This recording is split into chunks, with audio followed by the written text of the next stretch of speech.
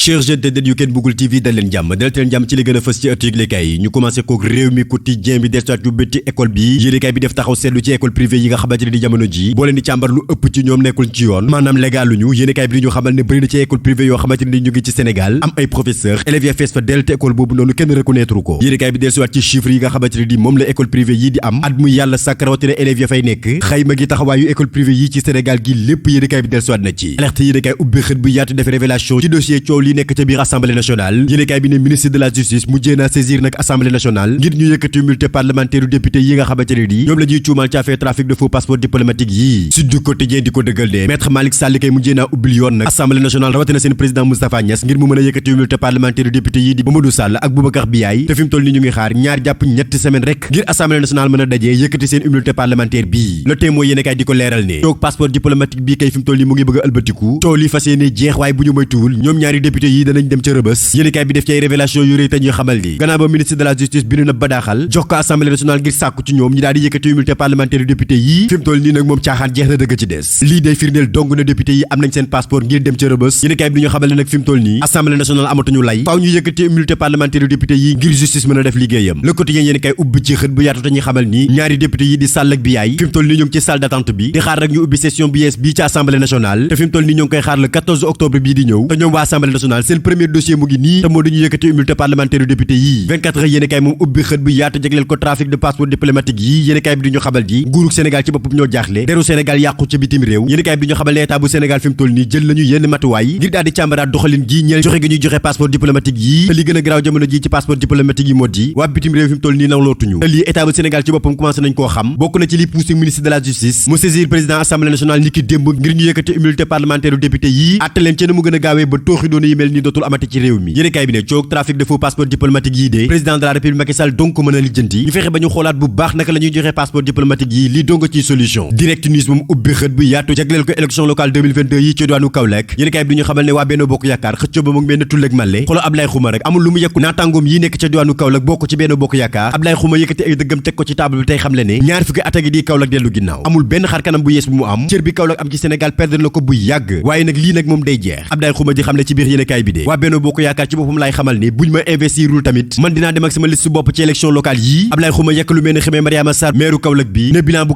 catastrophique nii musul koo gis ci mairie bu Kaolack bi La Tribune yéenekaay moom ubbi xët bu yaatu jagleel ko groupe des médias gi nga xamante ne nii léegi ñu tëj ko yéenekaay bi ne fi mu toll nii kay commencé nañoo bloqué compte télévision bii di Sen TV waa des médias di artu ak a yëgal opinion publique bii ne ay centaine d'emplois fi mu toll nii moom la ñu menacé ay kilifa yoo xamante ne nii ci des médias gi lañ doon liggéeyee bés bu ñu tëjee des médias ñoom ñëpp dañuy chômer yéenekaay bi ñaaw lu taxawaayu état bu Sénégal bi ci tëj gi mu bëgg a tëj des médias tey xam le ne fi mu toll nii nag ëttu diine yi bi yëppoo ñu wax si Touba Tivaouane Medina Baye Yoff ba église bi bu ñu waxut ak nguurug Sénégal gi danañu tëj groupe des médias que ça soit télé bi rajo bi ba ke sax seen site yi L'Info yéenekaay moom ubbi xët bi yaatu jagleel ko kaddu Moustapha Niasse mii ñu doon tàggate deewul Moustapha Niasse ci biir yéenekaay bi yekk lu mel ne xeme ñii di koy tàgge saa su nekk nga leen di xamal ne seen jëf ju ñaaw gi ak seen xalaat yu ñaaw yii walaay yàlla du ko nangu Moustapha Niasse bind ab lettre ci doomam jii di Anta te koy xamal ne sa papa ngi dund ñu am seen yéene bu bon nag bëgg maa rey walaay danañ sonn ndax yàlla pareegul ci man source a ubbi xët bi yaatu jagleel ko suñu ëttu politique gi ak mouvance présidentielle bi nga xamante ne di bëri na ci ñoo xamante ni ay maire lañu woon bokk ci biir PDS ñoom ñëpp dañoo transhumé dem ci mouvance présidentielle bi yéenekaay bi ñu xamal ne fi mu toll di waa PDS yi bu ñu yaakaar ñu ngi am doole ba léegi si walaay ñoo ngi nax seen bopp ndaxte li gënoon a di ci seen parti bi te ñu ci ëpp nekkoon ay maire ñoom ñëpp fi mu toll ni ñoo ngi ci mouvance présidentielle bi te depuis 2014 gars yi ñu ngi transhumé benn par benn yéenekaay bi dañoo xamal ne Bara Gaye kay fi mu toll ni moo dugg ne rubba ndax yéenekaay mu ngi ñu xamal yenn rencontre secrète yu muy def ci suuf moom ak responsable Yewwi Askan bii ca diwaanu Yëmbal yéenekaay bi dañoo xamal ne moom Bara Gaye bu moytul ñu génne ko ci parti démocratique sénégalais te li ni mel nag mu ngi commencé xeeñ lii quotidien moom ubbi xët bi yaatu jagleel ko coowug Cheikh Niass mii nga xamante ne ni moom moo génnoon àdduna ci biir prison bi yéenekaay bi ñëwaat ci histoire bi te ñuy nettali ne commissariat bu Wakhinane ci boppam fi mu toll nii ñoom ñoo dugg ne rubba yéenekaay bi dañoo xamal ne lieutenant Ndiaye wax na ci biir yéenekaay bi te fi mu toll nii autopsie bii nga xamante ne ni génn na daa am contestation ndaxte dañoo wax ne Cheikh Niass mi mort naturelle la def waaye famille Cheikh Niass rawatina jabaram ji déposé na ab autopsie de recours ndaxte wóoluwul résultat yi nga xamante ne ni teg nañ ko ci table bi waaw noonu la de Cheikh Niass moom xam naa ne coowam lii buñ ko réglé wul nii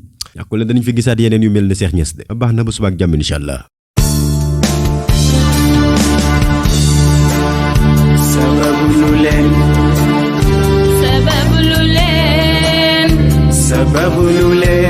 yéen ñi bëggoon a xam ana fan la ñuy jaayee produit yu kenn bëggul bu Cheikh Seydi Mouhamadul Moustapha Sy ñuy yellu di leen wax adresse baa ngi noonu bu ngeen ñëwee fii ci résidence am bu bees bi nekk ci poste Thiaroye ci arrêt table Tivaouane suñu ay numéro 77 502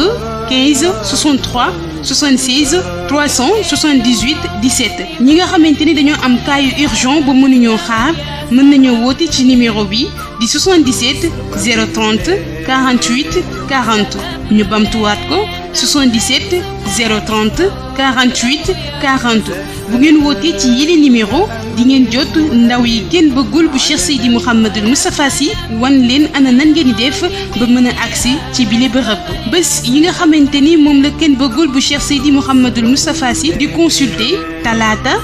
àllarba alxames gaawu dibéer bi nekk bésu sàkk pexe bu delloo ci rendez-vous privé yi kii di kenn bëggul bu Cheikh Seydi Mouhamadul Moustapha Sy daal dina leen di sàkkal ñaari bés muy altini ak àllarba bu ñetti waxtu jotee jàpp juróomi waxtu kenn bëggul bu Cheikh Seydi Mouhamadul Moustapha Sy gaaw ci tawat yi gaaw ci poche yi